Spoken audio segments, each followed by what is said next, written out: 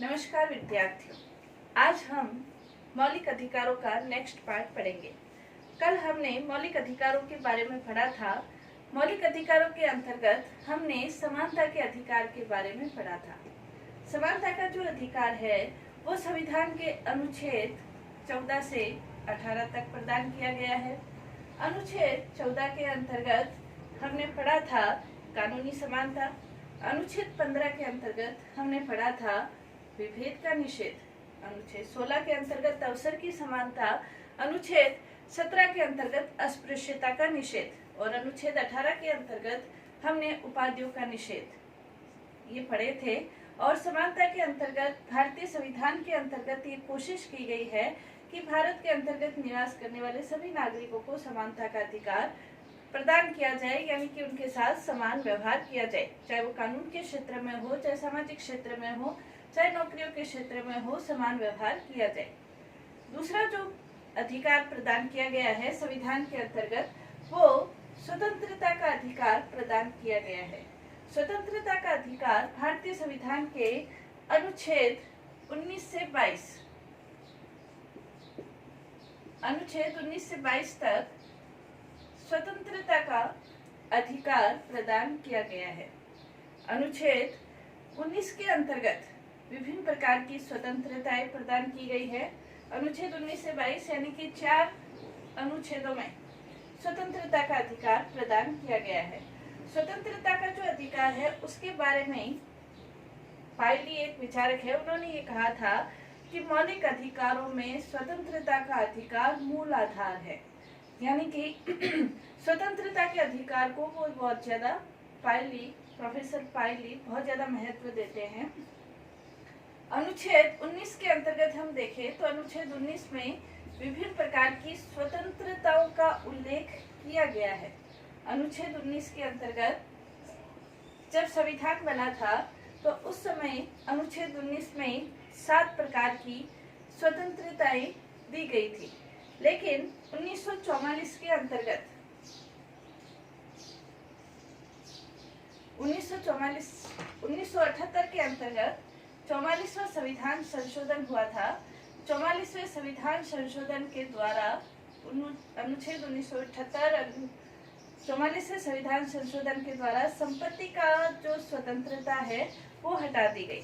संपत्ति का जो अधिकार है अनुच्छेद 31 में दिया गया था वो भी हटा दिया गया और जो स्वतंत्रताएं हैं उसमें छठी जो स्वतंत्रताएं थी संपत्ति की स्वतंत्रता वो भी 1978 में 44वें संविधान संशोधन के आधार पर हटा दी गई। अब वर्तमान समय 6 प्रकार की स्वतंत्रताएं प्रत्येक भारतीय नागरिक को, ये विदेशियों को प्राप्त नहीं है, भारत के अंतर्गत रहने वाले प्रत्येक नागरिक को 6 प्रकार की स्वतंत्रताएं प्राप्त है, जिसके अंतर्गत अनुच्छेद 19 A, B, C, D करके ऐसे ये स्वतंत्रताएं दी गई हैं। पहली स्वतंत्रता अनुच्छेद 19A के अंतर्गत यदि हम देखें तो भाषण और अभिव्यक्ति की स्वतंत्रता है। भाषण और अभिव्यक्ति की स्वतंत्रता। भाषण और अभिव्यक्ति की स्वतंत्रता में अपने विचारों को आप प्रसारित कर सकते हैं, अपने विचारों का आप प्रचार कर सकते हैं, अपने विचारों का आप वितरण कर सकते हैं। इस प्रकार की स्वतंत्रता के अंतर्गत आप दूरदर्शन के माध्यम से, समाचार पत्र के माध्यम से, रेडियो के माध्यम से आप अपने विचारों का प्रसार कर सकते हैं। ये सभी स्वतंत्रताएं विचार और अभिव्यक्ति की स्वतंत्रता में शामिल है। विचार अभिव्यक्ति की स्वतंत्रता के अंतर्गत एक और स्वतंत्रता, जैसे सर्वोच्च न्यायालय ने 2005 के अंतर्गत आजकल हम बहुत सुनते हैं सूचना का अधिकार प्रदान किया गया है। सूचना का अधिकार जो प्रदान किया गया है वो भाषण और अभिव्यक्ति की स्वतंत्रता के अंतर्गत प्रदान किया गया है। भाषण और अभिव्यक्ति की स्वतंत्रता के अंतर्गत सूचना का अधिकार कैसे प्राप्त है तो उसको सर्वोच्च न्यायालय ने क्लियर करते हुए ये कहा था कि कोई भी व्यक्ति अपने विचारों की अभिव्यक्ति, अपने विचारों को अभिव्यक्त किस माध्यम से कर पाएगा? यदि उसके पास सूचना है, यदि उसे किसी भी कार्य की, किसी भी संस्था की कोई जानकारी नहीं है तो वो अपने विचारों को अभिव्यक्त नहीं कर सकता। जैसे आपको मौलिक अधिकारों के बारे में ही अपने विचार प्रकट करने हैं तो उसके लिए क्या आवश्यक है? आपको मौलिक अधिकारों की जानकारी आवश्यक है, तभी आप मौलिक अधिकारों का अनुच्छेद 2 इसमें कोई सूचना का जो अधिकार है वो भारतीय संविधान के मौलिक अधिकारों में कोई उल्लेखित नहीं है, मौलिक अधिकारों में उल्लेखित नहीं है, लेकिन सर्वोच्च न्यायालय ने इसे भाषण और अभिव्यक्ति की स्वतंत्रता के अधिकार में इसे निहित मान लिया है। इसलिए प्रत्येक व्यक्ति को सर्वोच्च न्यायालय ने यह अधिकार दिया है 2005 के द्वारा कि प्रत्येक व्यक्ति सूचना प्राप्त करने का अधिकारी है, क्योंकि इसी के माध्यम से वो अपने विचारों को अभिव्यक्त कर सकता है।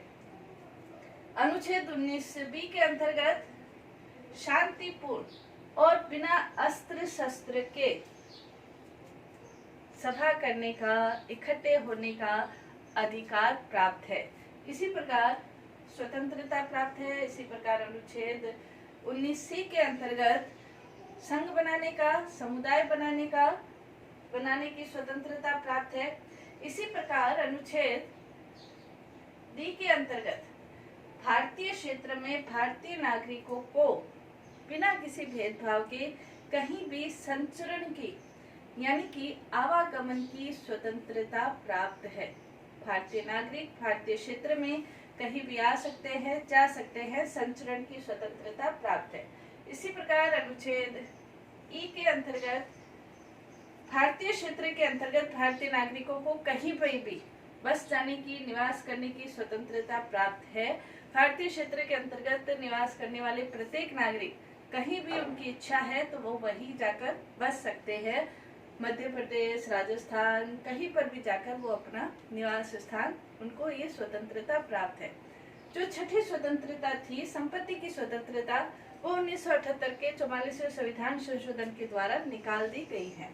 इसके अलावा जो नेक्स्ट स्वतंत्रता है, अनुच्छेद 19 के अंतर्गत ही जो नेक्स्ट स्वतंत्रता है वो है किसी भी व्यवसाय को, किसी भी आजीविका को, किसी भी उद्योग धंधों को करने की स्वतंत्रता। किसी भी व्यक्ति के लिए कोई उद्योग धंधे निर्धारित नहीं किए गए हैं कि अमुक व्यक्ति ये उद्योग ही करेगा, ये व्यवसाय करेगा या ये आजीविका ही अपना पालन करेगा। कोई भी व्यक्ति यदि वो योग्य है तो बिना किसी भेदभाव के उसे अपनी आजीविका को धारण करने की स्वतंत्रता प्राप्त है। तो ये 6 प्रकार की स्वतंत्रताएं भारतीय संविधान के अंतर्गत भारतीय नागरिकों को प्रदान की गई हैं। लेकिन इसके साथ एक चीज और हमें ये ध्यान में रखनी है कि भारतीय नागरिकों को जो स्वतंत्रताएं प्रदान की गई हैं वो असीमित नहीं है। भारतीय संविधान के अंतर्गत ये स्पष्ट रूप से उल्लेख है कि स्वतंत्रताओं के ऊपर प्रतिबंध लगाया जा सकता है। किन परिस्थितियों में प्रतिबंध लगाया जा सकता है ये भी संविधान के अंतर्गत स्पष्ट रूप से उल्लेख है। जैसे भारतीय संविधान के अंतर्गत राज्य की सुरक्षा की दृष्टि से प्रतिबंध लगाया जा सकता है।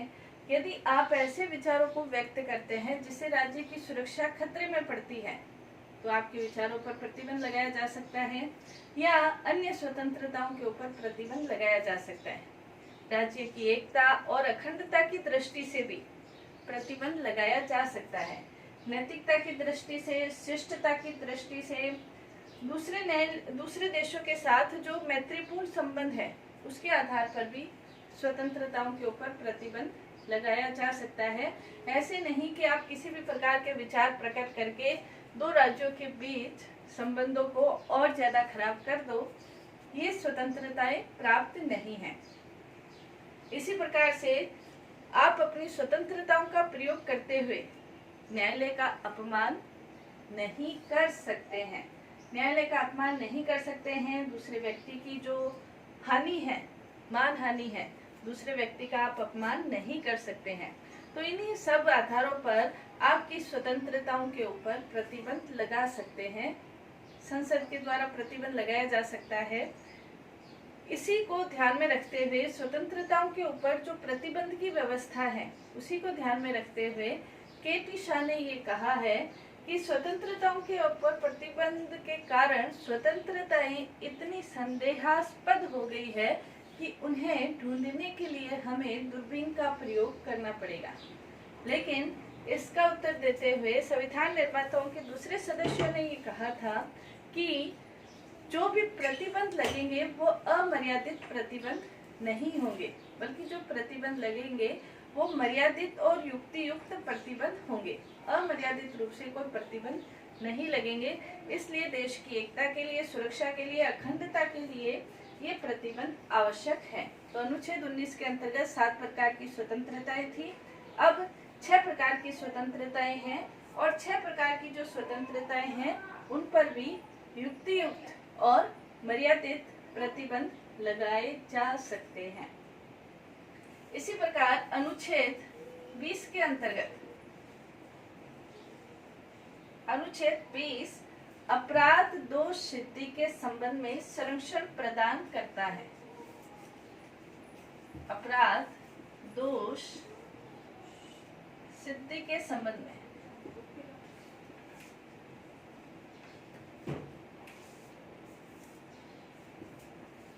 व्यक्तियों को संरक्षण प्रदान करता है। अपराध आपने किया है तो उसके विषय में आपको कुछ स्वतंत्रताएं प्राप्त है। यदि आपने अपराध किया है और उस समय विद्यमान कानून का यदि उल्लंघन किया है तभी आपको अपराधी माना जाएगा, वरना आपको अपराधी नहीं माना जाएगा। यानी कि जिस समय आपने अपराध किया है, जैसे मान लो 2005 में अपराध किया है तो 2005 में वो कानून होना आवश्यक है। तो कानून का उल्लंघन करने पर ही आपको अपराधी माना जाएगा। अगर 2007 में कोई कानून बनता है तो 2005 के आधार पर आपको अपराधी नहीं माना जा सकता। इसके अलावा जिस समय जिस कानून का उल्लंघन किया है उस समय जितनी सजा थी उतनी ही सजा आप पाने के अधिकारी हैं। इसी प्रकार से एक ही अपराध के लिए आपको एक ही बार दंडित किया जा सकता है। एक अपराध के लिए एक ही बार दंडित किया जा सकता है। एक ही अपराध के लिए आपको एक ही बार दंडित किया जा सकता है, एक से अधिक बार दंडित नहीं किया जा सकता। इसी प्रकार किसी व्यक्ति को अपने विरुद्ध गवाही देने के लिए बाध्य नहीं किया जा सकता। किसी भी व्यक्ति को ये नहीं कहा जा सकता कि आप अपने विरुद्ध गवाही दो ही दो। तो इस प्रकार के अपराध दोष सिद्धि के संबंध में भी हम देख सकते हैं, यदि कानून का उल्लंघन किया है तभी आप अपराधी है।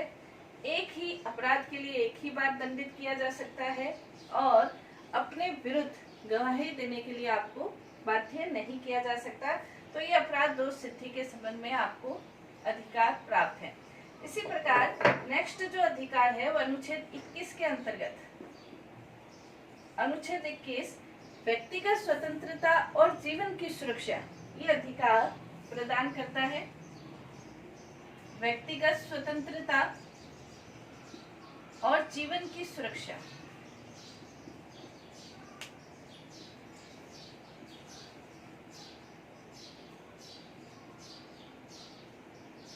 अनुच्छेद 21 ये कहता है कि बिना विधिक कार्यवाही के किसी भी व्यक्ति को उसके जीवन या दैहिक स्वतंत्रता को खत्म नहीं किया जा सकता बिना विधिक कार्यवाही के। जीवन की जो स्वतंत्रता है वो एक बहुत व्यापक अधिकार बन गया है। जीवन की स्वतंत्रता के अंतर्गत सिर्फ ये नहीं है कि आपको शारीरिक रूप से किसी प्रकार की कष्ट पहुंचाया जाएगा या शारीरिक रूप से कोई हानि पहुंचाकर आपको उससे खत्म किया जाएगा, ऐसा नहीं है। बल्कि जीवन की स्वतंत्रता के अंतर्गत बहुत विस्तृत ये संविधान है। इसमें आपको स्वच्छ जल की स्वतंत्रता भी प्राप्त है, स्वच्छ हवा की स्वतंत्रता प्राप्त है, अच्छे खाने की, शयन की, आपकी निजता की, ये सारी स्वतंत्रताएं जीवन की स्वतंत्रता में प्राप्त है। यानी कि व्यक्ति के सम्मान से संबंधित जो स्वतंत्रताएं हैं वो जीवन की स्वतंत्रताओं में शामिल है। आपको अपना अच्छा स्वास्थ्य की स्वतंत्रता प्राप्त है, बाहर विदेश घूमने की आपको स्वतंत्रता प्राप्त है, आपको गिरफ्तारी से छूट प्रदान की गई है, आपको मनोरंजन की स्वतंत्रता प्राप्त है। तो जीवन की स्वतंत्रताओं के अंतर्गत ये जो अधिकार है वो बहुत व्यापक अधिकार है। और इसी के अंतर्गत शिक्षा का जो अधिकार है वो भी अनुच्छेद 21A मौलिक अधिकारों के अंतर्गत अनुच्छेद 21A जोड़ा गया है, जिसके अंतर्गत शिक्षा का अधिकार प्रदान किया गया है।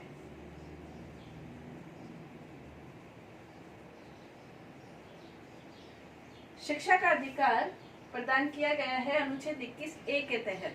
कई बार बच्चे कॉपी में ये लिखते हैं, शिक्षा का अधिकार अलग से उल्लेख करते हैं, सूचना का अधिकार अलग से उल्लेख करते हैं, तो इससे पता चलता है कि उन्होंने अध्ययन नहीं किया है। अनुच्छेद 21 जो व्यक्तिगत स्वतंत्रता और जीवन के अधिकार से संबंधित है, उसी के अंतर्गत ही शिक्षा का अधिकार प्रदान किया गया है। 86वां संविधान संशोधन हुआ था 2002 में। 2002 के अंतर्गत 86वां संविधान संशोधन हुआ था, जिसमें मौलिक अधिकारों के अंतर्गत ही अनुच्छेद 21 में अनुच्छेद 21A जोड़ा गया था और उसी के तहत शिक्षा का अधिकार दिया गया था। नीति निर्देशक सिद्धांतों के अंतर्गत शिक्षा का अधिकार, शिक्षा प्रदान करने से संबंधित व्यवस्थाएं पहले से थी। मौलिक कर्तव्यों के अंतर्गत भी शिक्षा प्रदान करने से संबंधित एक मौलिक कर्तव्य, 11वां मौलिक कर्तव्य जोड़ा गया था। अब मौलिक अधिकारों के अंतर्गत भी शिक्षा का अधिकार 21 से जोड़कर प्रदान किया गया है, क्योंकि जो व्यक्ति शिक्षित नहीं है वो अपना जीवन सुचारू रूप से संचालित नहीं कर सकता। इसलिए शिक्षा के अधिकार को जीवन और सुरक्षा के अधिकार में शामिल किया गया है। अनुच्छेद 22 बंदीकरण के संबंध में संरक्षण प्रदान करता है। किसी भी व्यक्ति को यदि उसने अपराध किया है, उसको बंदी बनाया जाता है, तो बंदीकरण के संबंध में, बंदीकरण की अवस्था में क्या क्या संरक्षण उसे प्रदान किए जाते हैं, ये अनुच्छेद 22 के अंतर्गत संविधान के द्वारा बताए गए हैं। बंदीकरण की अवस्था में क्या संरक्षण है, इसका स्पष्ट रूप से उल्लेख अनुच्छेद 22 के अंतर्गत किया गया है। किसी भी व्यक्ति को बंदी बनाते समय यह आवश्यक है कि उसको कारण बताना आवश्यक है। बिना कारण के आप किसी भी व्यक्ति को बंदी नहीं बना सकते। कोई भी व्यक्ति जिसे आप बंदी बना रहे हैं, उसके लिए उसे कारण बताना आवश्यक है कि किस कारण से आपको बंदी बनाया जाता है। दूसरा, 24 घंटे के भीतर उसे निकटतम न्यायालय में हाजिर करना जरूरी है, निकटतम न्यायालय में ले जाना जरूरी है, और उसमें जो आने जाने का रास्ते का जो समय है वो उसमें शामिल नहीं है। इसी प्रकार बंदीकरण के अंतर्गत जो बंदी बनाया गया व्यक्ति है, उसे अपने अधिवक्ता से, अपने मनपसंद अधिवक्ता से परामर्श करने का अधिकार प्राप्त है। याचिका दायर कर सकता है, परामर्श कर सकता है। इस प्रकार के अधिकार बंदीकरण के संबंध में प्राप्त है। यानी कि व्यक्ति को कारण बताना आवश्यक है, उसे 24 घंटे के भीतर न्यायालय में पेश करना जरूरी है, और उसे अपने मनपसंद जो अधिवक्ता है, मनपसंद अधिवक्ता से परामर्श करने का भी अधिकार प्राप्त है। तो ये व्यक्तिगत स्वतंत्रता में 4 प्रकार के अधिकार है। पहला, 19 के अंतर्गत 7 प्रकार की स्वतंत्रताएं: विचार अभिव्यक्ति की, भाषण की स्वतंत्रता, सभा की स्वतंत्रता, संघ बनाने की स्वतंत्रता, घूमने की स्वतंत्रता, निवास करने की स्वतंत्रता, और अपनी वृत्ति, अपनी आजीविका, अपना कारोबार करने की स्वतंत्रता, संपत्ति की स्वतंत्रता को हटा दिया गया है। अनुच्छेद 19 में ये स्वतंत्रताएं हैं। अनुच्छेद 21 व्यक्तिगत स्वतंत्रता और जीने से संबंधित सुरक्षा, जो कि बहुत विस्तृत हो गया है, बहुत विस्तृत है। अनुच्छेद जो 20 है वो अपराध दोष स्थिति के संबंध में संरक्षण प्रदान करता है। अनुच्छेद 21 जीवन से संबंधित है। अनुच्छेद 22 बंदीकरण की अवस्था में क्या संरक्षण प्राप्त है, ये स्वतंत्रताएं प्रदान की गई हैं। तो स्वतंत्रता का अधिकार जो है वो अनुच्छेद 19 से 22 तक 4 प्रकार के अनुच्छेदों में ये प्रदान किया गया है। भारतीय संविधान के अंतर्गत जो तीसरा अधिकार है वो है शोषण के विरुद्ध अधिकार। पहला अधिकार समानता का अधिकार, दूसरा अधिकार समानता का अधिकार 14 से 18 तक, स्वतंत्रता का अधिकार 19 से 22। तीसरा जो अधिकार है वो है शोषण के विरुद्ध अधिकार। शोषण के विरुद्ध अधिकार, शोषण के विरुद्ध जो अधिकार है वो संविधान के अनुच्छेद, कौन से अनुच्छेद में प्रदान किया गया है? शोषण के विरुद्ध जो अधिकार है वो संविधान के अनुच्छेद 23 और 24 में, 23 और अनुच्छेद 23 और 24 में प्रदान किया गया है। शोषण के विरुद्ध अधिकार, अनुच्छेद 23 और अनुच्छेद 24। अनुच्छेद जो 23 है वो बड़ों से संबंधित है, बड़ों का शोषण नहीं किया जा सकता मेन रूप से। अनुच्छेद 24 बच्चों से संबंधित है। अनुच्छेद 23 के अनुसार स्पष्ट रूप से ये कहा गया है कि मानव दुर्व्यापार और बेगार का निषेध किया जाता है। मानव दुर्व्यापार और बेगार का निषेध किया जाता है। मानव दुर्व्यापार का मतलब ये है कि कोई भी व्यक्ति दूसरे व्यक्ति को, चाहे वो पुरुष है, चाहे वो स्त्री है, चाहे बच्चे हैं, उनका व्यापार करने का निषेध अनुच्छेद 23 के अंतर्गत किया गया है। एक व्यक्ति दूसरे व्यक्ति का व्यापार नहीं कर सकता है। इसी प्रकार से जो देवदासी प्रथा है, जो दास प्रथा है, जो बंधुआ मजदूर की प्रथा है, इनका भी निषेध अनुच्छेद 23 के अंतर्गत किया गया है। यानी कि जो बेकार प्रथा है, बेकार प्रथा का मतलब जब बिना पैसा दिए हुए आप किसी से काम लेते हो, कार्य करवाते हो, बंधुआ मजदूर भी जैसे इसके अंतर्गत शामिल है, तो इन सब का निषेध अनुच्छेद 23 करता है।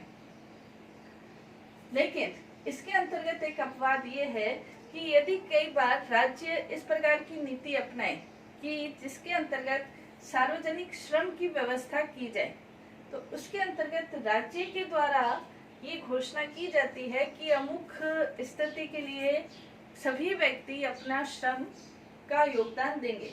जब राज्य इस प्रकार की कोई नीति बनाता है तो वो बेगार प्रथा के अंतर्गत नहीं आती। क्यों?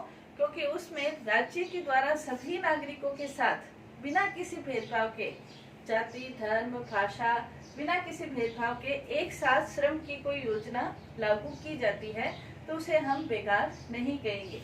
इसी प्रकार अनुच्छेद जो 24 है, अनुच्छेद 24 के अंतर्गत मानव जो बाल श्रम है, मानव नहीं बाल श्रम का निषेध किया गया है।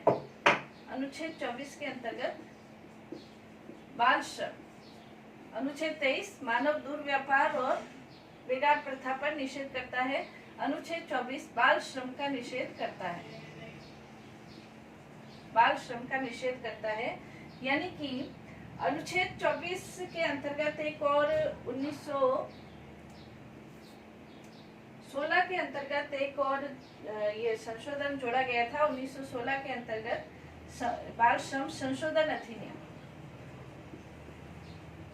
अधिनियम 2016, बाल श्रम संशोधन अधिनियम 2016 के अंतर्गत अब जो बाल श्रम की जो स्थिति है, वो स्थिति ये है कि 14 साल तक के बच्चों को किसी भी प्रकार के कार्य में नहीं भेजा जा सकता।